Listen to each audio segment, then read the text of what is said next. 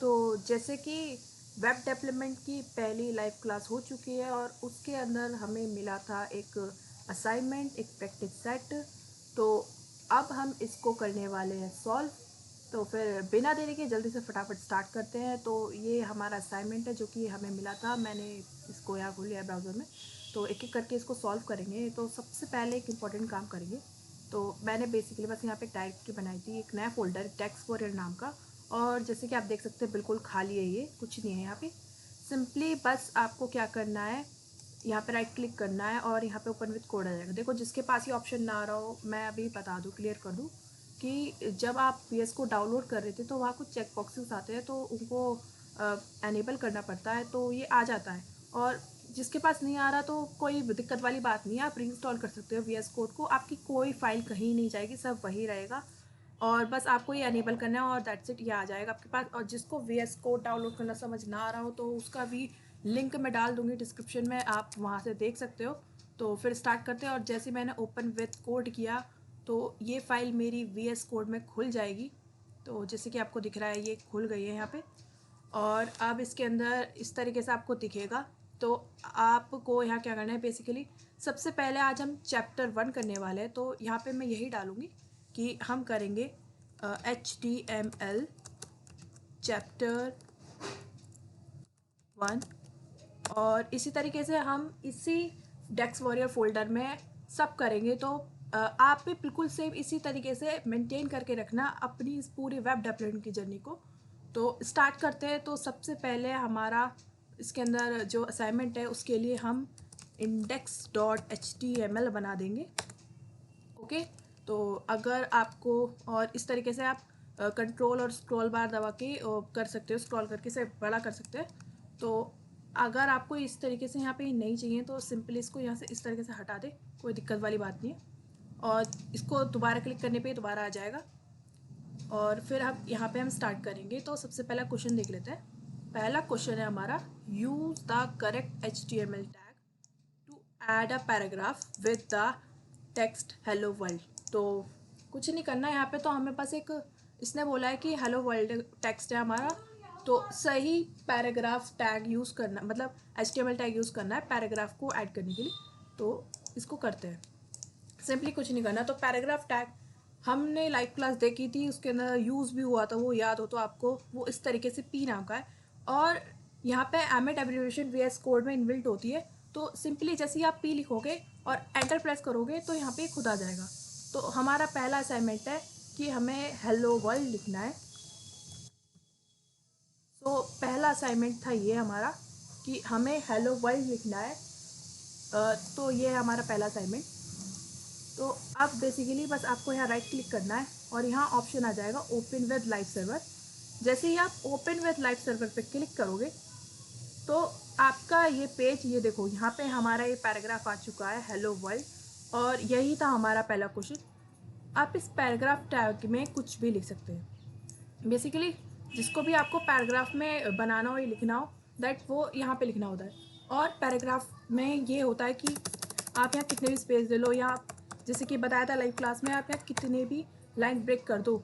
और आप इसको जब यहाँ पे देखोगे तो यहाँ पे कुछ नहीं होगा, ये स्पेसेस काउंट नहीं करता। स्पेसेस करने के लिए कुछ अलग सिस्टम होता है, वो भी हम सीखेंगे लाइव क्लास में जब बताया जाएगा। लेकिन फ़िलहाल अभी हम अपना प्रैक्टिस सेट कर रहे हैं। तो बस मैंने एक इन्फॉर्मेशन के बेसिस पे दिया कि इस तरीके से आप पैराग्राफ टैग यूज़ करते हो। तो अगर ये हो गया यहाँ पे डन। अच्छा, मैं एक और चीज़ बताऊँगी। मैं यहाँ थोड़े बहुत शॉर्टकट कीज़ के बारे में बता दूँ आपको, कि जैसे कि अभी आप देख सकते हो कि मेरा कर्सर जो है वो हेलो और वर्ल्ड के बीच पे ब्लिंक कर रहा है। तो अगर आपको नेक्स्ट लाइन पे जाना है तो या तो आप बिल्कुल एंड तक जाओ और उसके बाद एंटर करो। इससे अच्छा रहेगा कि आप कंट्रोल को प्रेस रखें और एंटर दबाएं और ये सीधा नेक्स्ट लाइन पे आ जाएगा। तो अब हम डायरेक्ट नेक्स्ट क्वेश्चन पे चलते हैं। तो नेक्स्ट क्वेश्चन है हमारा, mark up the text with appropriate tags. तो हमें यहाँ पे करना है coder is the most important heading. तो इसमें ये दे रखा है, एक तो coder is the most important heading, एक ये दे रखा है full stack web development is the next most important heading, और एक तीसरी ये दे रखी है। तो मैं इसको फटाफट से यहीं से उठा लेती हूँ। और यहाँ पे इसने हमसे बोला है कि coder is the most important heading. तो इसका मतलब क्या होगा कि ये हमसे कह रहा है कि इसे H1 टैग में रखो। सबसे मोस्ट इम्पॉर्टेंट हेडिंग मतलब H1 की बात हो रही है, और एंटर दबाने के बाद ये हो गया। तो हेडिंग बेसिकली 6 होती है, H1, H2, H3, और ये कभी भी आपको साइज़ के अकॉर्डिंग नहीं रखनी है, ये इनकी प्रायोरिटी के अकॉर्डिंग होता है। H1 हेडिंग में हम वो रखते हैं जो बहुत इंपॉर्टेंट होती है, H2 में उससे कम इंपॉर्टेंट, H3 में उससे कम, एंड H4 में इस तरीके से H6 तक होती है ये, तो उसके अकॉर्डिंग ही रखना है। तो फर्स्ट वाली है हमारी कोडर, मैं यहाँ पे वही कर देती हूँ कंट्रोल भी, और ये कोडर वाली हेडिंग यहाँ पे आ गई है। तो मैं इसे उठाती हूँ यहाँ से कंट्रोल X, मैं शॉर्टकट कीज़ भी बोल रही हूँ तो आप ध्यान दे सकते हैं। तो ये हो गई हमारी पहली वाली। दूसरी वाली थी हमारी full stack web development is the next most important heading.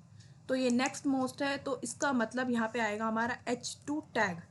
H2 tag मैं यहाँ लगाऊंगी, और मैं इस H2 टैग का ये जो लास्ट वाला है, मतलब बंद करने वाला टैग, इसको उठाऊंगी और इसको यहाँ हेडिंग के बाद लगा दूंगी कंट्रोल V। ओके, तो ये हमारी नेक्स्ट हो गई। और merge stack is the third important heading, and इस थर्ड वाली के लिए यहाँ पे बस सिंपली क्या करना होगा, मुझे यहाँ H3 लिखना होगा, और H3 लिखने के बाद मैं इसका ये क्लोजिंग टैग उठाऊंगी कंट्रोल X, और इसके एंड में लगा दूंगी कंट्रोल V। That's it. अच्छा, एक और चीज़ मैं कहूँगी, यहाँ एक्सटेंशन से आप डाउनलोड कर सकते हैं प्रिटियर। तो ये जो प्रिटियर है, इसको यहाँ से डाउनलोड करने के बाद क्या होगा, यहाँ पे होगा ये कि जैसे कि मैं यहाँ कोड लिख रही हूँ पूरा बेसिकली अपना, तो ये जैसे आगे पीछे हो गया है, तो जब आप यहाँ पे इसे फॉर्मेट डॉक्यूमेंट करेंगे तो ये आपके कोड को बिल्कुल ठीक कर देगा। अब जैसे कि यहाँ पे इस तरीके से स्क्रोलिंग बार आ रहा है, आप नहीं चाहते कि ये स्क्रोलिंग बार है, मतलब स्क्रोलिंग बार किसी को पसंद होता है, तो सिंपली आपको Alt Z करना है। और ये देखिए इसने इस आपके जो लिखा हुआ है आपने HTML या जो भी आप लिख सकते हो CSS वगैरह, तो उस सबको ये एकदम मेंटेन कर देगा आपकी, और स्क्रोलिंग बार चला जाएगा। तो उसके लिए तो अब फटाफट जब हमने ये लिखा है ना, उसको लाइव सर्वर में देख लेते हैं। तो लाइव सर्वर में देखते हैं जाकर, और इसको रिलोड करते हैं। तो ये आ गई है हमारी code is the most important heading, and second one ये वाली आ गई है, एंड थर्ड वन इज़ ये आ गई है। तो सेकंड क्वेश्चन इज़ डन। आगे हमारा create a clickable link that redirects to the URL। तो हमें क्लिकेबल लिंक बनाना है, तो इसका मतलब यहाँ बात हो रही है अब हमारे A टैग की। तो इसके अंदर हमें डालना है वो लिंक। तो हम फटाफट से डालते हैं लिंक। ओके, तो हमें इस वाले लिंक का बनाना है, तो इस लिंक को उठा लेते हैं।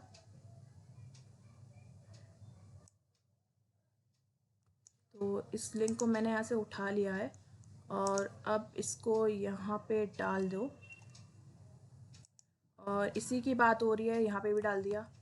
अब फटाफट से चल के देखते हैं, रिलोड मारते हैं इसे, और ये आ गया है। और जब आप इस पर क्लिक करोगे तो ये आपको खोल के दे देगा।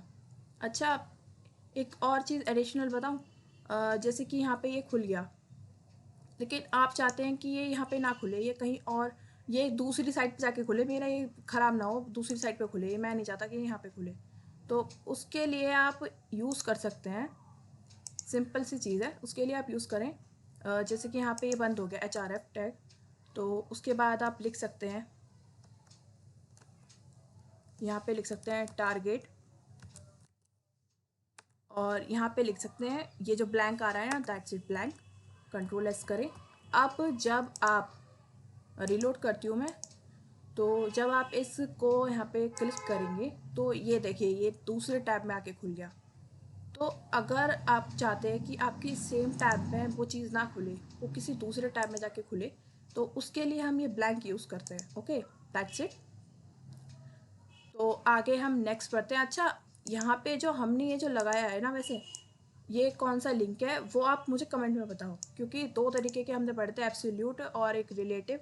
तो आप बता सकते हैं कि कमेंट में कि ये कौन सा लिंक था।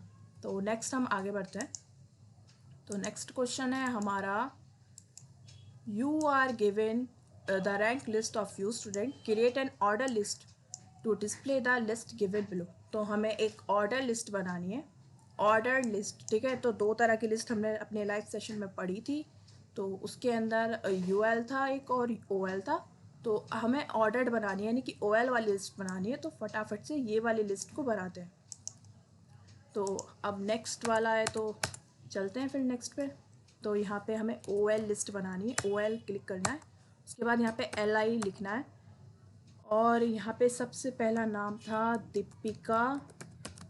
ओके, तो दीपिका के बाद then कृताक्षी, then Abhinav, then Atul, then Sakshi.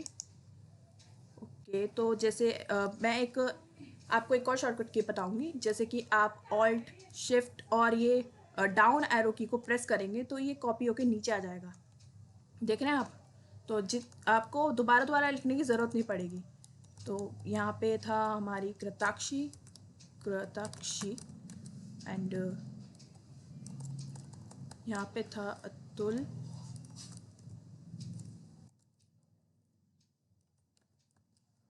Okay, and यहाँ पे था अभिनव,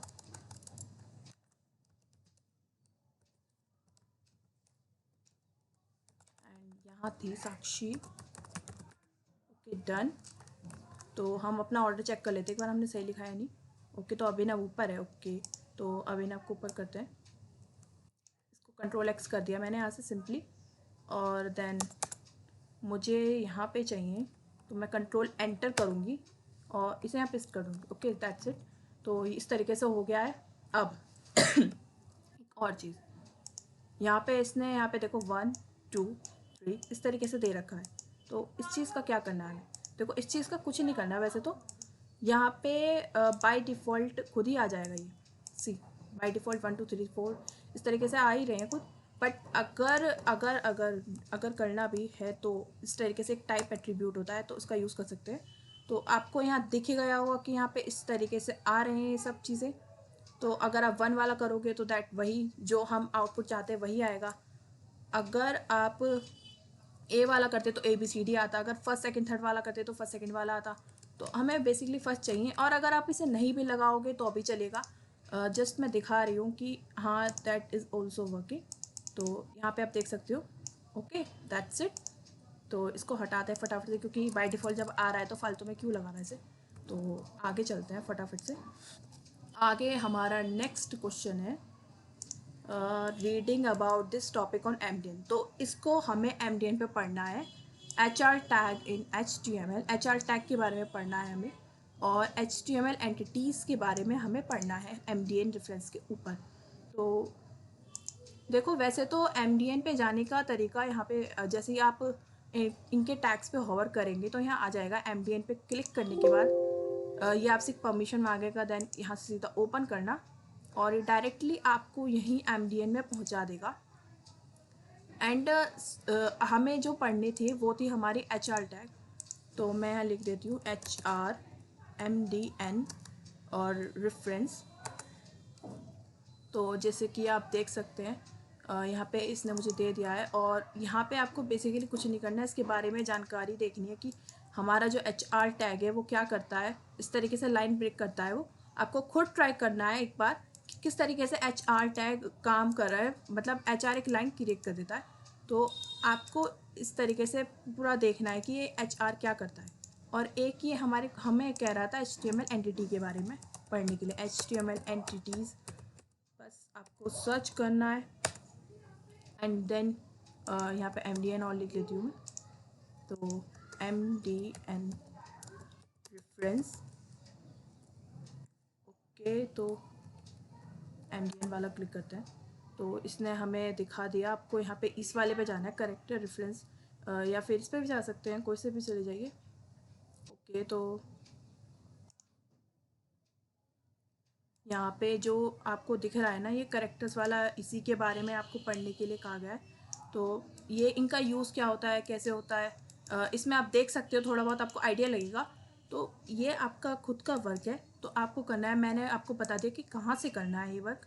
तो दैट्स इट। अब हमारा आज का असाइनमेंट कंप्लीट हो गया है। अब जब हमारी नेक्स्ट क्लास होगी तो उस नेक्स्ट असाइनमेंट को आप करना ट्राई, देन उसका भी हम करेंगे इलाज।